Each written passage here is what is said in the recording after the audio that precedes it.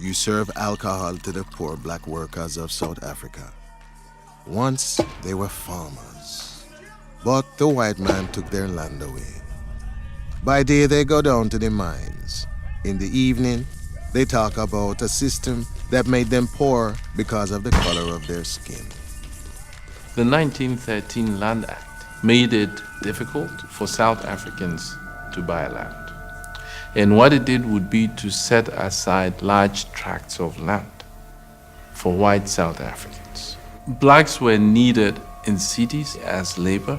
You did not have to provide housing for African families. You didn't have to pay them a living wage. Women would take in laundry, they would cook food, they would brew beer. That is how gradually we begin to see all these shanty settlements in the proximity of cities. Look into the glass into which you are pouring a bottle of homebrew. Images flow through it of the coming 30 years of history.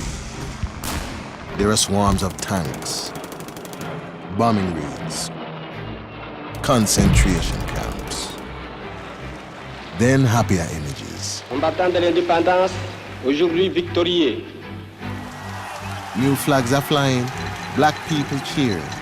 After the birth of the United Nations, you have the onset of nationalism in both Africa and Asia, and the birth of new nations. So India, 47, and the rest, the Gold Coast in Sub-Saharan Africa in 1957.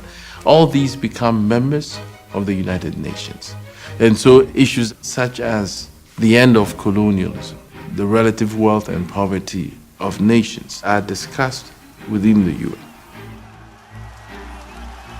Oh, you look different.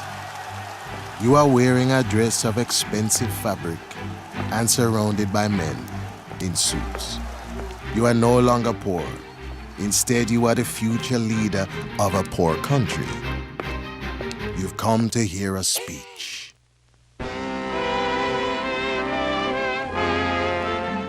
More than half the people of the world are living in conditions approaching misery. Their poverty is a handicap and a threat both to them and to more prosperous areas.